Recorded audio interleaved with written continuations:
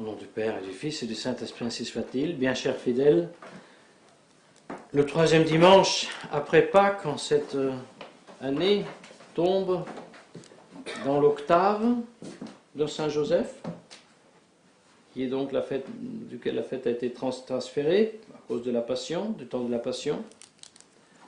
Et cela tombe très bien parce que nous voyons en Saint-Joseph, en la Sainte Famille, cet exemple de soumission à Dieu,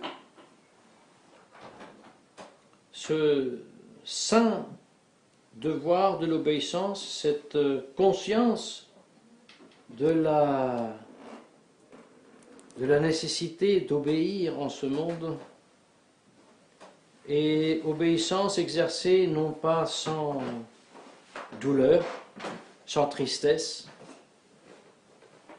Oui, n'oublions pas, Dieu lui-même qui s'est fait homme était triste jusqu'à la mort.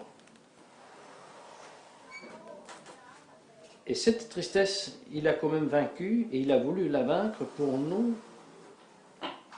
dans la sainte obéissance de la soumission de sa volonté à la volonté de Dieu. Vous voyez, en ce dimanche, nous contemplons les paroles de notre Seigneur Jésus-Christ. Il dit à ses disciples, un peu de temps et vous ne me verrez plus, et encore un peu de temps et vous me verrez de nouveau. Et les paroles de notre Seigneur qui disent, en vérité, je vous dis, vous pleurerez, tandis que le monde jouira. Vous serez triste, mais attention, votre tristesse sera changée en joie. Ensuite, il donne l'exemple de la femme qui est triste avant de partir. Ensuite, quand elle a parturi, elle est toute contente, elle oublie les douleurs. Et, ajoute-t-il à la fin, votre cœur jouira et votre joie, personne pourra vous la ôter. Voilà ce que nous est dit. Donc, voyez, la tristesse qui nous est prédite est la tristesse chrétienne qui n'est jamais séparée de l'espérance, de l'espoir, de l'espérance de l'éternité. Parce que c'est comme justement la naissance d'un être humain, où, comme il nous est dit, la femme, bien sûr, souffre, mais cette souffrance est changée en joie, et volontiers, elle prend cette souffrance sur soi dans l'attente qu'un homme soit né. Voilà, bien chers fidèles, la grande différence qu'il y a entre la tristesse et la joie du monde et la tristesse et la joie du chrétien. La joie du monde consiste dans le jouir. Et le jouir, qu'est-ce que c'est ?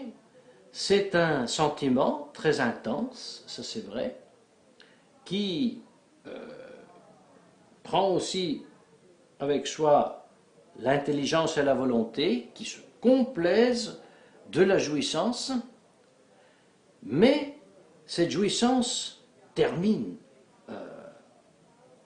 brusquement. Les joies de ce monde, les joies, surtout la joie charnelle, les joies sensibles et les joies de ce monde terminent. Et quand elles sont terminées, elles donnent comme une sensation de dégoût. Comme lorsque nous sommes jetés avec avidité sur un bon repas, et tout d'un coup, on se rend compte, on ne peut même plus finir, tellement je suis presque dégoûté. À la différence de la joie chrétienne, qui ici sur terre n'est jamais totale. Elle est toujours mélangée de tristesse. Et en disant cela, nous disons en même temps que la tristesse chrétienne dans ce monde n'est jamais totalement sans joie.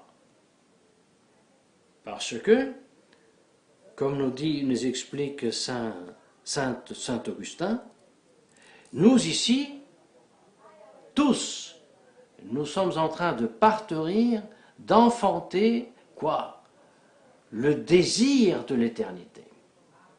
C'est ça que nous devons faire ici, enfanter le désir de l'éternité, et en cela, nous sommes tristes comme la maman qui doit enfanter l'enfant, qui doit partenir l'enfant, mais en même temps, cette tristesse est mélangée de joie, parce que c'est cette joie de l'espérance qui nous rend patients dans la tribulation, qui nous rend patients dans la tristesse, qui nous rend patients dans la douleur. Et voyez, le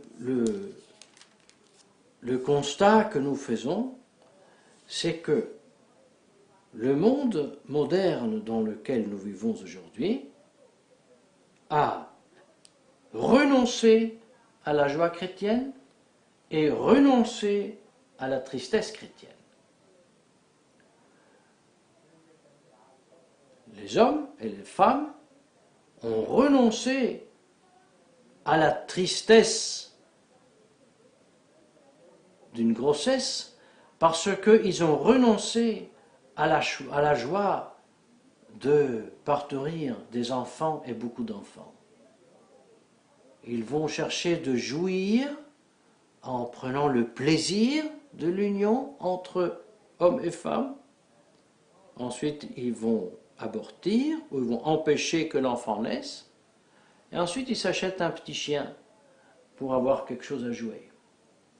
C'est un peu exagéré, mais c'est bien malheureusement cela qui est la réalité de la société actuelle.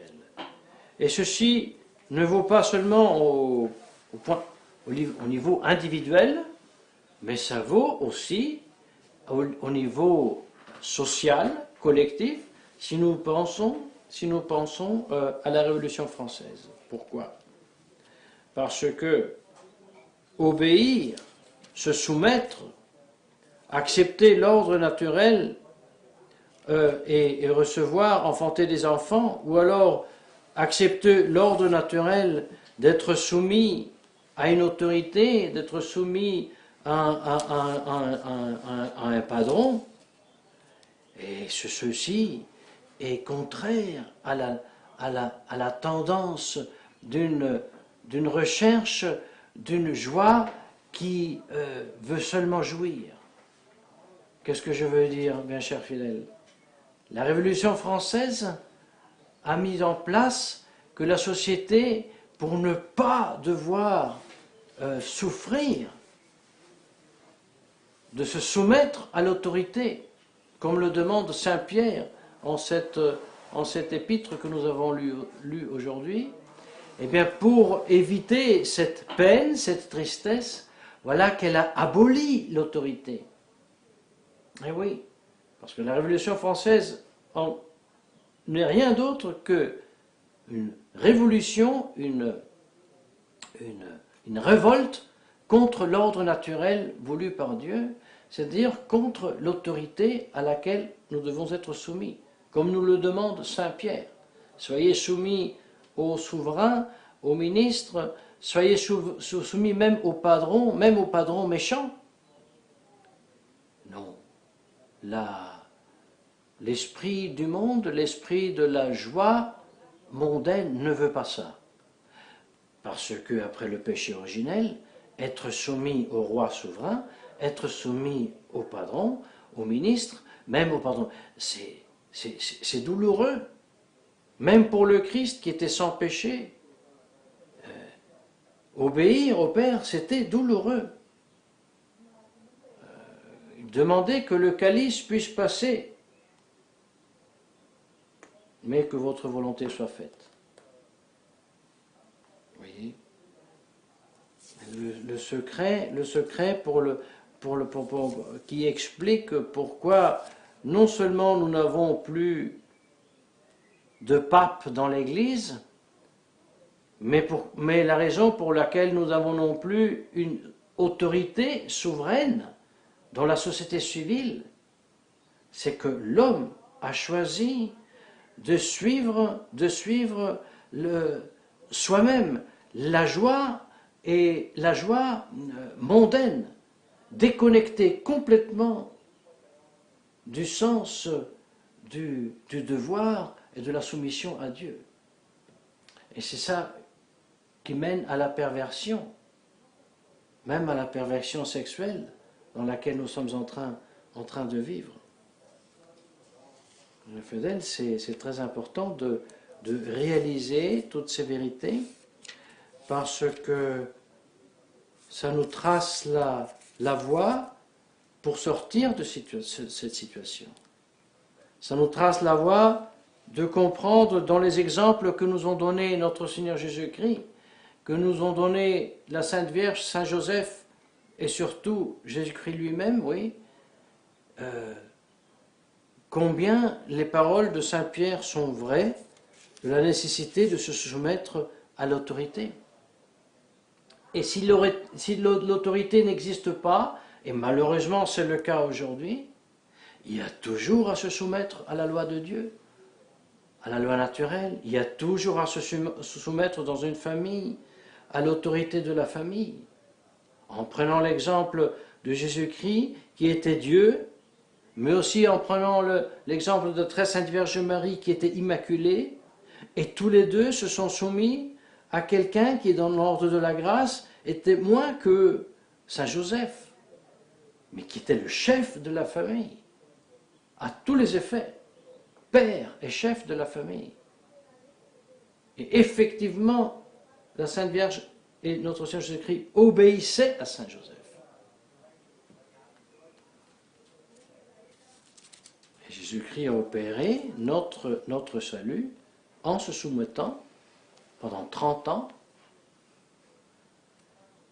Et cela nous enseigne que si nous avons compris que malgré la tristesse, mais nous soumettons à nos devoirs quotidiens, voilà que nous triompherons de cette tristesse parce qu'elle se mêle d'espérance et pour cela de joie, et nous sauverons notre âme si Dieu le veut aussi la société domestique dans laquelle nous nous mouvons, et par cela aussi, si Dieu le veut, la société tout entière. Il n'y aura pas d'autre voie.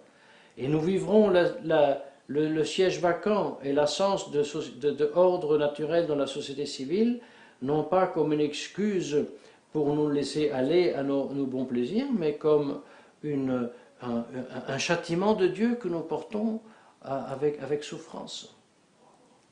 Que la très sainte Vierge Marie veuille intercéder pour nous obtenir la grâce d'être joyeux dans la tristesse de ce monde, pour opérer notre salut pour la gloire de Dieu, au nom du Père et du Fils et du Saint-Esprit, ainsi soit-il.